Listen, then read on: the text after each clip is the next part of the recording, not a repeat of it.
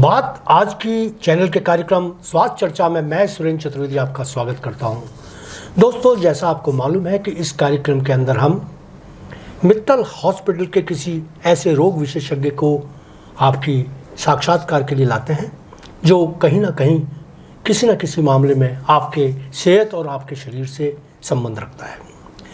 आज दिल का मामला जिसमें छल्ला जरूरी होता है, प्यार का छल्ला। लेकिन आज हम बताएंगे कि दिल के मामले में क्या सच्चाई है और दिल के छल्ले किस तरीके से पहनाए जाते हैं और आज कल क्या प्रचलन चल रहा है। मैं सबसे पहले डॉक्टर राहुल गुप्ता साहब का स्वागत करूंगा जो इस कार्यक्रम में विशेषज्ञ के रूप में पधारे हैं। आप कार्डियोलॉजिस्ट हैं, दिल के मामलों से वाकिफ़ और उनकी शिक्षा दीक्षा अलवर से रहने वाले हैं। मैं उनसे खुद से भी परिचय करना चाहूँगा कि आप लोगों को बताएं कि आपका परिचय क्या है, आप कहाँ से निकले, कैसे आए और यहाँ कैसे पहुँच गए। बेसिकली जो हमारा MBBS है वो हमने JLN से किया जी, 93 to 99। ओके। MBBS करने के बाद फिर इंटर्नशिप फिर हमने जयपुर से की जी, और वहीं रहते हुए प्री PG की तैयारी करी जी, और SMS में 2000 से 2003 में हमने MD मेडिसिन से अपनी मेडिसिन की डिग्री ली जी। MD करने के बाद अब ये हुआ क्वेश्चन भाई अब क्या करना है। बिल्कुल। अभी अब MBBS भी हो गया, MD भी हो गया। उस वक्त इतना ट्रेंड नहीं था कि पर्टिकुलर किसी ब्रांच में हम पढ़ाई करें। तब घर वालों की सहमति और जितना ज्ञान था हमें उसके हिसाब से लगा कि भाई अब कार्डियोलॉजिस्ट बना जाए, क्योंकि उस वक्त कार्डियोलॉजिस्ट कम हुआ करते थे पूरे अपने राजस्थान में। तो कार्डियोलॉजिस्ट बनना उस वक्त इतना आसान नहीं था क्योंकि तब नंबर ऑफ सीट्स बहुत कम थी और एक्सपोजर इतना नहीं था राजस्थान में। तो इसलिए हमने वहाँ से दिल्ली मूव किया। अच्छा। दिल्ली मूव करने के लिए हमने GB पंत इंस्टीट्यूट है जो बड़ा फेमस हुआ है वहाँ, सबसे बड़ा सुपर स्पेशलिटी इंस्टीट्यूट है अपने नॉर्थ रीजन का जी। वहाँ के लिए एग्ज़ाम क्लियर किया पहले वहाँ एंट्रेंस ऐसे नहीं होती थी, पहले उसका रिटन एग्ज़ाम होता था, उसमें इंटरव्यू हुआ और उसमें फिर हम सेलेक्ट हुए। वहाँ हमने 1 साल पहले नॉन DM की तैयारी करी जी।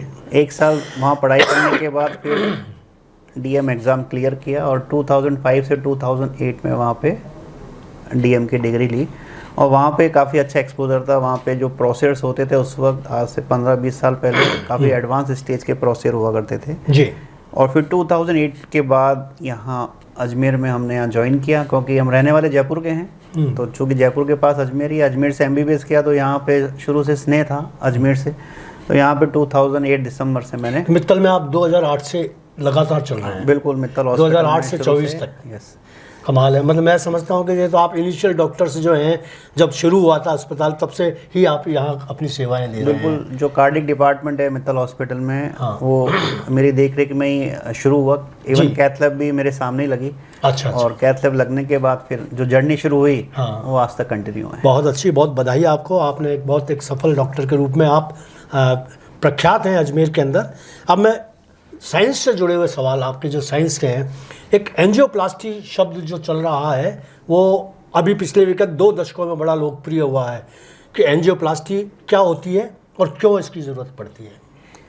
बेसिकली सबसे कॉमन डिजीज़ जो है हार्ट की वो है coronary artery disease. Okay. Means हृदय की धमनियों में ब्लॉकेज बनना जी। ब्लॉकेज मीन्स उस पाथ का नैरो हो जाना। जैसे हम गार्डन में गार्डनिंग करते हैं, पाइप से पानी देते हैं, अगर बीच में हम उसको ट्विस्ट कर दें या उसको मोड़ दें तो पानी आगे नहीं जाएगा और गार्डन हमारा खराब हो जाएगा। बिल्कुल। तो same goes with the heart की जो ब्लॉकेज है, जो हार्ट की जो धमनियां हैं जो हार्ट को सप्लाई करती है ब्लड सप्लाई, ये उसकी बीमारी है जिसमें कोलेस्ट्रॉल डिपोजिशन हो जाता है, जिसको हम जनरली एंजियोग्राफी से डायग्नोज करते हैं। एंजियोग्राफी मीन्स ब्लड वेसल्स की हमें डायग्नोसिस बनाना, एंजियोग्राफी करके एक स्पेशल डाई देते हैं जिससे हमें ब्लॉकेज का पता चल जाता है। और अगर ब्लॉकेज सिग्निफिकेंट है मीन्स मोर देन 80-85% है और पेशेंट को सिम्टम्स हैं तो वहाँ पे हम उसकी एंजियोप्लास्टी करते हैं। ओके। तो एंजियोग्राफी डायग्नोस्टिक पार्ट हुआ और एंजियोप्लास्टी ट्रीटमेंट पार्ट हुआ। Treatment plan. तो आप ये बताइएगा कि दिल के जो रोगियों की है वो चिकित्सा भी बदल रही है, दिल के रोग भी बदल रहे हैं, तो दिल के रोग क्या बदले हैं और उसकी चिकित्सा पद्धति क्या बदली है? दिल के रोग तो इसलिए बदल गए क्योंकि हमारी जीवन शैली पूरी चेंज हो गई जी। तो आज से जो डिजीज़ 50 से 55 की एज में होती थी, आज हम देख रहे हैं यंग जनरेशन में भी काफ़ी ज़्यादा हार्ट अटैक के केसेस हैं और कोविड पोस्ट कोविड फेज़ में काफ़ी ज़्यादा कॉमन भी हो गया है। प्लस सबकी जीवन शैली चेंज हो गई है और सबसे ऊपर टॉप चीज़ स्ट्रेसफुल लाइफ स्टाइल। आज हर आदमी स्ट्रेस में है। चाहे वो छोटा बच्चा हो या मिडिल एज का बच्चा हो या फिर एडल्ट हो, ओल्ड एज हो, हर फेज़ में हमें स्ट्रेस है और स्ट्रेस के मल्टीपल रीजंस हैं। उस स्ट्रेस की वजह से जो डिजीज़ हमारी होती है वो बहुत जल्दी प्रोग्रेस करती है और इसीलिए आज जो दिल के मामले हैं वो ज़्यादा बढ़ते जा रहे हैं। दूसरा कहना चाहूँगा कि जो एडवांस डिजीज़ ज़्यादा है आज, पहले के जो हम ब्लॉकेज के केस देखते तो उसमें कैल्शियम लेवल बहुत कम होता था, तो हम नॉर्मल तरीके से एंजियोग्राफी एंजियोप्लास्टी करते थे जिसमें हमें बहुत ज़्यादा मशीनरी की ज़रूरत नहीं पड़ती थी। पर आजकल जो केसेस आ रहे हैं, हर 10 में से 3 या 4 केसेस आते हैं जिनके अंदर ब्लॉकेज तो हैं पर उसमें कैल्शियम लोड बहुत ज़्यादा है। अच्छा, बाकी जैसे ब्लॉकेज होते थे, जैसे पिछले जो एकदम चेंज आया है कि कैल्शियम बहुत बढ़ने लगा है, इससे पहले जो कैल्शियम कम क्या था उसमें क्या हुआ करता था? जब वहाँ केवल कोलेस्ट्रॉल डिपोजिट हो जाता था। तो कोलेस्ट्रॉल से कैल्शियम का कोई संबंध नहीं, कोई रिलेशन नहीं है। अच्छा, कोलेस्ट्रॉल कोई कोलेस्ट्रॉल का डिपोजिशन एक डिफरेंट पार्ट है, कैल्शियम डिपोजिशन एक डिफरेंट पार्ट है। अच्छा, कैल्शियम डिपोजिशन ये डिनोट करता है कि डिजीज पेशेंट को बहुत लंबे समय से है पर उसको अननोटिस रही समहाउ, उसको पता नहीं चला, और जब ब्लॉकेज बढ़ता गया और जब सामने आया और हमने एंजियोग्राफी किया तो हमने देखा ब्लॉकेज तो है ही, नस तो नैरो है ही, पर उसके चारों ओर, ल्यूमन के अंदर, ल्यूमन के बाहर, हर तरफ कैल्शियम डिपोजिशन है। अच्छा, कैल्शियम डिपोजिशन क्या होता है और ये किस तरीके से होता है, क्या काम करता है? अब कैल्शियम का जो है, इसका कहते हैं कि इसको आप बातचीत के दौरान मालूम चला था कि भाई कैल्शियम इतना हार्ड, इतना चट्टान की तरह, पत्थर की तरह जमने लग गए हार्ट में, क्या है ये स्थिति? बिल्कुल आपने सही कहा, और जैसा कि हम जानते हैं एक होता है बजरी और बालू मिट्टी जी, और एक होता है पत्थर, हाँ, या हम रॉक कह लें उसको, किसी भी रूप में वो हार्ड हो जाता है। तो बजरी और मिट्टी में काम करना बहुत आसान है, कोई भी चीज़ आप अंदर से एंट्री कर सकते हो, एग्जिट कर सकते हो, वो सॉफ्ट होता है, मॉडिफाई होती है अपने हिसाब से, हम उसको इजीली काम कर सकते हैं।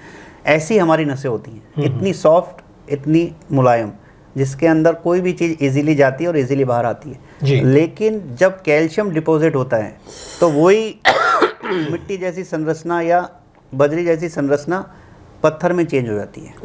तो आप समझ सकते हो कि एक आपको नॉर्मल सॉफ्ट चीज़ में काम करना है और एक आपको अब हार्ड चीज़ में जाना है, मीन्स आपको अब ड्रिल करना है उस पार्ट को, क्योंकि अगर हम उस चीज़ को अगर हम वैसे ही टच करेंगे तो हमारी कोई भी पद्धति वहाँ पे काम नहीं करेगी, क्योंकि जो बैलून रास्ता बनाता है वो बैलून फूलेगा नहीं। डॉक्टर साहब क्यों आया, कैल्शियम कहाँ से आने लगा और ये किस तरह से आता है? इससे बचने के लिए कि कैल्शियम ना आए आपके, तो उसके लिए क्या इलाज आप सजेस्ट करते हैं? बेसिकली जो लाइफ स्टाइल मॉडिफिकेशन है उसका रोल वो भी अभी वही है, चाहे कैल्शियम था या कैल्शियम नहीं, पर चूँकि डिजीज़ बहुत अर्ली स्टेज में शुरू हो रही है और स्ट्रेस बहुत ज़्यादा हो गया है तो बॉडी में इन्फ्लेमेशन बहुत ज़्यादा होता है, तो जहाँ इन्फ्लेमेशन ज़्यादा होता है वहाँ पे कैल्शियम डिपोजिशन शुरू हो जाता है। और डिजीज़ चूँकि अर्ली एज में शुरू हो गई है, सपोज 20 की एज पे शुरू हो गई और हम डायग्नोज कर रहे हैं 50 पे, तो 30 साल का समय हमें कैल्शियम डिपोजिशन का मिल गया।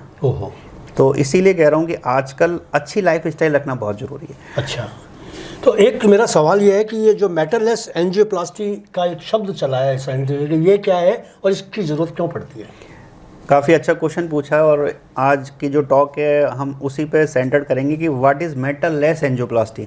जैसा कि टर्म में ही हमें नज़र आ रहा है कि मेटल लेस मतलब हमें मेटल कम से कम रखना है, एंजियोप्लास्टी तो करना है पर वो मेटल लेस होनी चाहिए या मिनिमल मेटल होना चाहिए। इस जो मेटल लेस एंजियोप्लास्टी के पीछे का बेसिक थॉट प्रोसेस ये है कि जब भी हम एंजियोप्लास्टी करते हैं तो हम स्टेंट डालते हैं, क्योंकि स्टेंट डालना जरूरी है, बहुत जरूरी है। तो वेसल वापस रिकॉइल होकर नैरो हो जाएगा, वो पाथ नैरो हो जाएगा, तो उसको ब्रॉड करने के लिए हमें स्टेंट डालना होता है। स्टेंट पर्टिकुलर किसी मेटल का बना होता है। मेटल बहुत तरह के होते हैं, निटिनॉल मेटल, क्रोमियम, कोबाल्ट, ये सब एक प्लेटफॉर्म बनाते हैं और इसके ऊपर हम स्ट्रक्चर जो सूचर टाइप के होते हैं जिनके अंदर cell design, close open cell design होती है, मीन्स मेटल का बना होता है स्टेंट। हमारी बॉडी में हम कोई भी चीज़ डालेंगे तो वो रिएक्ट करेगा जी। जैसे किडनी ट्रांसप्लांट करते हैं, लिवर ट्रांसप्लांट करते हैं, लंग ट्रांसप्लांट करते हैं, तो बॉडी उसको एक्सेप्ट करे या रिजेक्ट करे ये बॉडी पे डिपेंड है। तो सेम गोज विद स्टेंट। तो जब 2000 में या 95 में ये स्टेंट डेवलप हुए तब उसमें बहुत ज़्यादा एडवांसमेंट हुए। जो स्टेंट्स हमने डिज़ाइन किए, टाइप 1, टाइप 2, टाइप 3, टाइप 4, तो उन सब में ये डिफरेंट स्ट्रक्चर डेवलप होते गए, थिकनेस कम होती गई, पर मेटल वहीं रहा। अब लास्ट 10 ईयर से हम जो हमारी जो रिसर्च है वो ये कहती है कि मेटल नहीं होना चाहिए, क्योंकि अगर मेटल है तो वो 5 साल बाद 10 साल बाद कहीं ना कहीं वो स्टेंट को रोक देगा, क्योंकि बॉडी में इन्फ्लेमेशन होगा, वापस से जो जिस चीज़ के लिए एंजियोप्लास्टी करी गई वो पार्ट नैरो हो जाएगा, तो वापस से एंजियोप्लास्टी करना पड़ेगा या हो सकता है बाईपास करना पड़े। तो क्यों ना कोई चीज़ ऐसी डाली जाए हार्ट के अंदर, उस नस के अंदर, कि वहाँ मेटल ना हो। अच्छा। तो इसलिए आजकल मेटललेस एंजियोप्लास्टी ट्रेंड में है, और खासकर यंग पॉपुलेशन में। तो उसमें क्या डालते हैं आप? डालते हैं हम उसमें स्टेंट, 2 तरीके से होगी, मैं आपको डिटेल में बताऊंगा जी। एक मेटललेस एंजियोप्लास्टी में हम मेटल डालते हैं, पर वो वक्त के साथ एब्जॉर्ब हो जाता है, घुल जाता है। अच्छा, घुल जाता है। हाँ। ऐसा मेटल होता है। बिल्कुल ठीक है। बिल्कुल घुल के अलग हो जाता है बॉडी से। अच्छा। और केवल मार्कर रह जाते हैं कि भाई यहाँ स्टेंट डाला, नहीं तो किसी को पता ही नहीं चलेगा कि इसमें स्टेंट डाला है। ठीक है। और दूसरा तरीका क्या है कि स्टेंट ना डालेंगे, एक स्पेशल बैलून आता है जिसको कहते हैं drug coated balloon. Means balloon पे ही दवा लगी हुई है। ठीक है।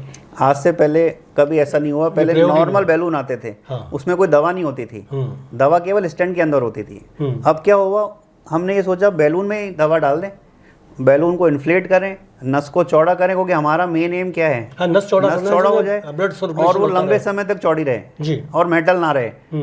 तो अब कुछ केसेस ऐसे होते हैं 10 में से 2 या 3 जहाँ पे हम स्टेंट डालते ही नहीं है। अच्छा। केवल बैलून किया, हाँ। उसको प्रिपेयर किया, नस को चौड़ा किया, और ये वाला जो बैलून है इसको डीसीबी बैलून या डीबी डैब बैलून कहते हैं, ड्रग इल्यूटिंग बैलून या ड्रग कोटेड बैलून। वो वहाँ जाता है जहाँ पे लीजन है, वहाँ पे हम उसको इन्फ्लेट करते हैं। ये एक स्पेशल टेक्निक की तरह लगाया जाता है। तो ये कितने साल तक चलता है? उससे मेटल से ज़्यादा बेहतर है या मेटल से? अभी चूंकि ये लगना अभी ये 2-3 साल से शुरू है, तो अभी लॉन्ग टर्म डाटा आना बाकी है, पर short term results are very good, very excellent. तो जहाँ पे कुछ पर्टिकुलर कोरोनरी आर्टरी डिजीज जहाँ डायमीटर कम है या बाइफर्केशन हो रहा है या बहुत लंबे लंबे लीजन्स हैं या वेसल साइज बहुत कम है या पहले स्टेंट डाला हुआ है अब वो वापस खराब हो गया, तो वापस स्टेंट डालना ठीक नहीं है, लेयर पे लेयर लग जाएगा मेटल का, तो वहाँ पे ये टेक्निक बहुत ज़्यादा काम करती है। हाँ, तो मतलब दिल के ऐसे रोगी जिनके लंबे समय से ये चल रहा है या पहले स्टेंट डल चुका है या पहले और भी इलाज चल चुका है, उसके बाद में आप ये वाला पद्धति अपनाते हैं। बिल्कुल। जो सफल जा रही है अभी तक, बहुत सक्सेसफुल जा रही है। एक एंजियोप्लास्टी कराए रोगी को बाद में क्या क्या सावधानियाँ रखनी चाहिए? कोई भी कार्डिक पेशेंट है उसको regular follow up is very important. Okay. आज ये नहीं कि आज मैंने एंजियोप्लास्टी कर दिया, मेरी बीमारी चली गई, नो आई एम फ्री, ऐसा नहीं होता। ये जो डिजीज़ है जिसको एथेरोस्क्लेरोसिस कहते हैं, ये कभी जाती नहीं है, क्योंकि जड़ से इसको नहीं हटा सकते, ये आपकी बॉडी में है, आपको इसके साथ ही रहना है, जीना है और अपने आप को चेंज करना है। तो रेगुलर फॉलोअप अपने कार्डियोलॉजिस्ट या फिजिशियन के पास हर 2 या 3 महीने में आपके पास वहाँ जाना है और वो नियमित रूप से आपका चेकअप कराते हैं, जिसके अंदर mainly sugar level, cholesterol level, kidney level, और कभी कभी जब सिम्टम आते हैं तो echocardiography and treadmill test. So angioplasty का पेशेंट का फॉलोअप बहुत ज़रूरी है। ओके। तो precaution, lifestyle modification plus regular follow up, अगर ये तीनों चीज़ हम रखेंगे तो बहुत लंबे समय तक हम अच्छा अब ये अपनी लाइफ को जिएंगे। एक साधारण सा सवाल जो होता है, एंजियोप्लास्टी कितने तरीके की होती हैं, किस किस तरीके की एंजियोप्लास्टी आप करते हैं, और फिर एंजियोप्लास्टी करने के बाद में ओपन हार्ट सर्जरी की ज़रूरत क्यों पड़ती है? जब एंजियोप्लास्टी कर दी आपका उसी से इलाज हो सकता है, तो ओपन हार्ट सर्जरी किन परिस्थितियों में की जाती है? बिल्कुल, काफ़ी अच्छा क्वेश्चन है और काफ़ी कॉमन क्वेश्चन भी है कि भाई एंजियोप्लास्टी भी हो गई, अब क्या ज़रूरत है? अब क्या ज़रूरत है? अब इन दवाओं की क्या ज़रूरत है? हाँ। अब इतना रेगुलर फॉलोअप की क्या ज़रूरत है सर? अब तो हमने स्टेंट लगा लिया, अब तो हमें आप फ्री छोड़ दीजिए, या अस्पताल के चक्कर लगाते हो आप सर, ये क्या कर रहे हो? हाँ, बिल्कुल। तो उसका रीज़न क्या है, हमारी बॉडी में 3 नसें हैं हार्ट में जी, एक राइट साइड और 2 लेफ्ट साइड। ठीक है। सपोज आज हमें राइट साइड का अटैक हुआ या राइट साइड में बीमारी है, लेफ्ट साइड नॉर्मल है, पर चूंकि मैंने बोला कि एथेरोस्क्लेरोसिस तो शुरू हो गया, तो अब फ्यूचर में हमें हो सकता है लेफ्ट साइड की डिजीज डेवलप हो जाए, तो उस डिजीज को रोकने के लिए या जो हमने स्टेंट डाला है या जो भी ट्रीटमेंट किया है वो वापस से ना आ जाए बीमारी, उसके लिए रेगुलर मेडिसिन मस्ट है। और रेगुलर मेडिसिन के साथ साथ लाइफस्टाइल चेंज प्लस कुछ टेस्टिंग बीच बीच में ज़रूरी है जी। अगर ये सब करते हो भी बीमारी बढ़ गई, लेफ्ट साइड में बीमारी आ गई या स्टेंट खराब हो गया या ऐसी जगह बीमारी आ गई जैसे लेफ्ट मेन में आ गई या कुछ बाइफर्केशन पॉइंट पे आ गई जहाँ पे स्टेंट डालना रिस्की है, तो फिर हमें बाईपास पे जाना पड़ेगा। दोनों ट्रीटमेंट कंटेम्प्रेरी हैं, एक दूसरे के साथ चलते हैं। ऐसा नहीं है कि अगर एंजियोप्लास्टी हो गई तो बाईपास नहीं होगा या बाईपास हो गई तो एंजियोप्लास्टी नहीं हो सकती। बहुत सारे पेशेंट ऐसे भी है जिनका बाईपास हुआ, हमको एंजियोप्लास्टी करना पड़ता है क्योंकि ग्राफ्ट खराब हो जाते हैं 5 साल में 10 साल में जी, या कुछ ऐसी वेसल है जहाँ पे ग्राफ्ट नहीं किया गया, उनमें डिजीज आ गई। तो दोनों ट्रीटमेंट कंटेम्प्रेरी हैं और दोनों को रेस्पेक्ट देना चाहिए और पेशेंट को ये बता के रहना चाहिए कि एंजियोप्लास्टी हो गई इसका ये मतलब नहीं कि तुम डिजीज फ्री हो गए हो। हाँ, तुम्हारी समस्या दूर हुई है पर जीरो नहीं हुई है। हाँ, उसका मतलब काउंसलिंग बहुत जरूरी है। Yes, counselling is very important. Patient को ये पता रहना चाहिए कि ये डिजीज़ है, ये बीमारी है, ये मेरे साथ रहेगी। जैसे हम शादी करते हैं, बिल्कुल शादी करते हैं, वाइफ हमेशा साथ रहती है, कभी छोड़ के नहीं जा सकती आप, अनटिल अनलेस कुछ ऐसी चीज़ ना हो जाए। तो कहने का मतलब ये बीमारी और ये ट्रीटमेंट हमेशा आपके साथ रहेंगे, ये कभी आपको छोड़ेंगे नहीं। तो हमें इसका ध्यान रखना ही पड़ेगा, इसका कोई अल्टरनेट नहीं है। अच्छा डॉक्टर साहब, एक सवाल ये भी उठता है कि एंजियोप्लास्टी क्या सिर्फ हार्ट में होती हैं और शरीर के किसी हिस्से में भी हो सकती हैं, होती हैं या नहीं होती हैं? Basically angioplasty means, angio means vessels, any blood vessels, plasty मतलब डायलेट, समझ रहे हैं? ठीक है। तो एंजियोप्लास्टी जहाँ भी ब्लड वेसल्स है, सपोज कैरोटिड आर्टरी जो कि ब्रेन में जा रही है, रीनल आर्टरी मींस जो किडनी में जा रही है, या पेरिफेरल आर्टरी जो दोनों हाथ और पैरों की ब्लड सप्लाई है, तो वहाँ पर भी एंजियोप्लास्टी वही प्रोसीजर होता है, same wire, balloon and stent. Difference ये होता है कि वो डिजीज़ कम है क्योंकि वहाँ का वेसल डायमीटर बहुत बड़ा है जी, 8 mm, 10 mm, 12 mm, more than 6 mm। तो अगर नस बहुत चौड़ी है तो उसको ब्लॉक होने में बहुत समय लगेगा जी। भगवान ने हार्ट की जो नस है वो 4 mm मैक्सिमम बनाई है। अच्छा। किसी किसी के हो सकता है 4.5 हो, पर मैक्सिमम डायमीटर कम है, तो इसलिए वहाँ डिजीज होने की संभावना ज़्यादा है। तो टाइप ऑफ स्टेंट डिफर करते हैं, पर मैकेनिज्म ऑफ एंजियोप्लास्टी दोनों का सेम है। जैसे अब आपने एक बताया था कि स्टंट डालना, तो अपन एक सवाल होता है कि स्टंट कितने डाले जा सकते हैं या कितने डाले जाने चाहिए? आपके किस तरीके से फैसला करते हैं कि स्टंट आपकी इसमें कितने लगेंगे? एक भी डलता है, 2 भी डलते हैं, कैसे क्या करते हैं इसमें? सबसे पहले इसका आंसर होता है एंजियोग्राफी जी। अगर हमने एंजियोग्राफी किया, 1 या 2 वेसल में ब्लॉक है, चाहे मल्टीपल ब्लॉक है जो, तो हम एंजियोप्लास्टी कर सकते हैं आराम से जी। एंजियोप्लास्टी करने के बाद पेशेंट फॉलोअप में आते हैं। अगर वापस से कोई डिजीज़ आती है तो again we can implant stent. ऐसे एक पेशेंट में हम 8 से 10 कभी कभी 15 तक स्टेंट डालते हैं। कुछ पेशेंट ऐसे भी जो मेरे पास हैं जो जिसमें मैंने ही करीब 15 से 20 स्टेंट डाले हुए हैं and they are doing very well.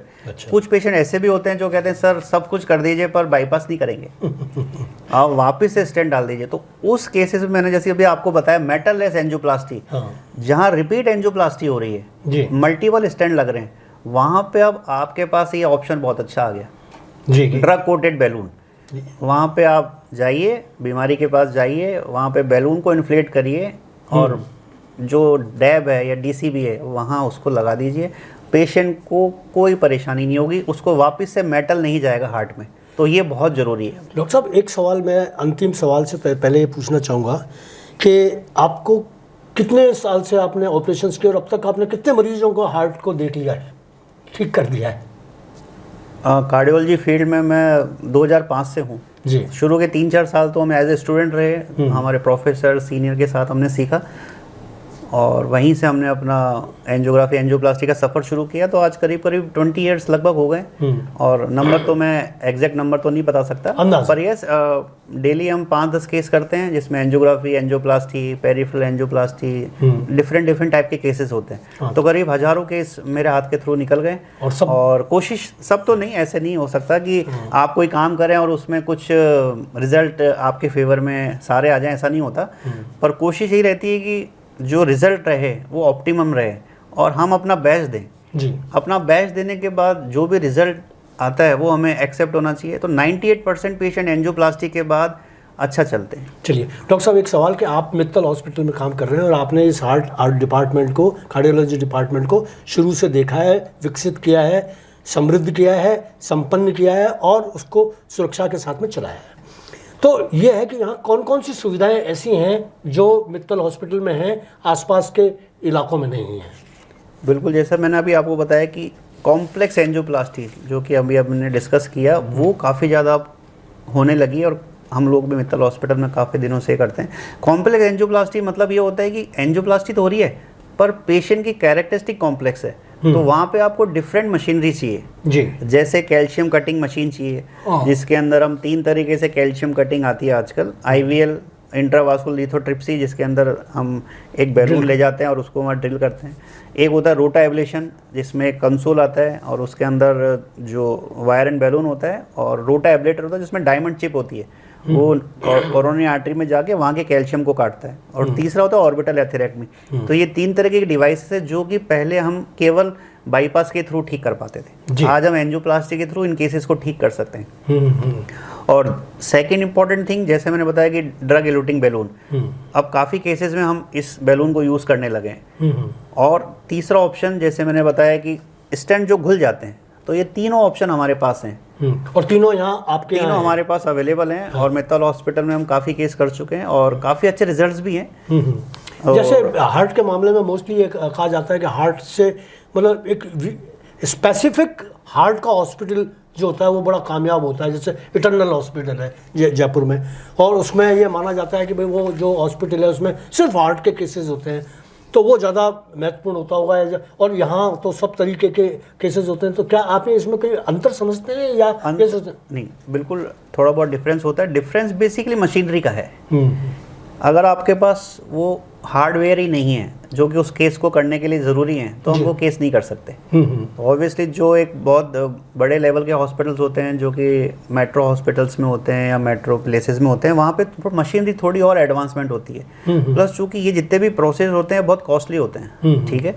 और कुछ प्रोसेस होते हैं जो गवर्नमेंट के स्कीम में नहीं आते, जहाँ पे कॉस्ट जो प्रोसेसर की करीब 10 लाख, 15 लाख, 20 लाख हो जाती है। तो इस तरीके की जो कॉस्ट होती है उसको कुछ पेशेंट अफोर्ड नहीं कर पाते, यह वो उस स्कीम में नहीं है जी, जो कि हमारी गवर्नमेंट की स्कीम है। तो ऐसे केसेस को ऑब्वियसली हमें फिर आगे रेफर करना पड़ता है या पेशेंट अपने आप सेकेंड ऑप्शन चूज़ करते हैं। पर जो 98% केसेज ऑफ हार्ट के हैं, जिसके अंदर mainly angiography, angioplasty, pacemaker, ICD, CRT, rota ablation, IVL, orbital atherectomy, Micra implantation, different type of peripheral angioplasty, ये सब काम हम मित्तल हॉस्पिटल में सक्सेसफुल करते हैं। और ख़ासकर डिवाइस क्लोजर भी जो है, बच्चों के दिलों के जो छेद के ऑपरेशन है वो भी मैंने काफ़ी किए हैं जी। तो जो ऑपरेशन हर जगह हो रहे हैं वो भी हमारे यहाँ हो रहे हैं।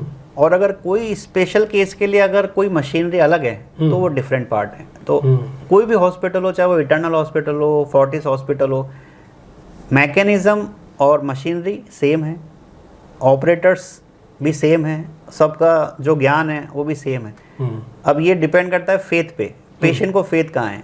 बहुत सारी फैमिलीज़ में एंजियोप्लास्टी जयपुर या दिल्ली कराते तो वहाँ जाते हैं, कुछ पेशेंट जो यहाँ कराते हैं। पर ये है कि जो भी पेशेंट हमारे पास आएंगे हम उनका 100% ध्यान रखेंगे और पूरे फेथ के साथ उनका ट्रीट करेंगे। हर डॉक्टर यही चाहता है कि उसका पेशेंट बिल्कुल ठीक है, और हर हॉस्पिटल ये चाहता है कि उसकी इज्जत ऐसे बढ़ी जाती रहे।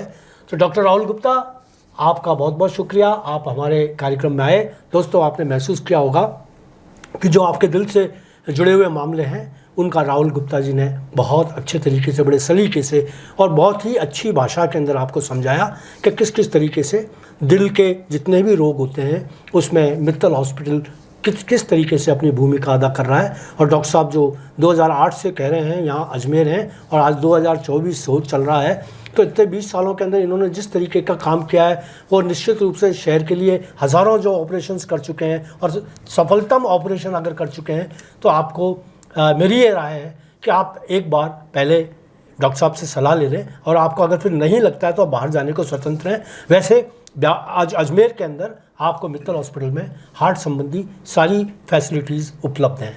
आज इतना ही, धन्यवाद। बहुत बहुत शुक्रिया आप आए डॉक्टर साहब, आपका बहुत बहुत शुक्रिया।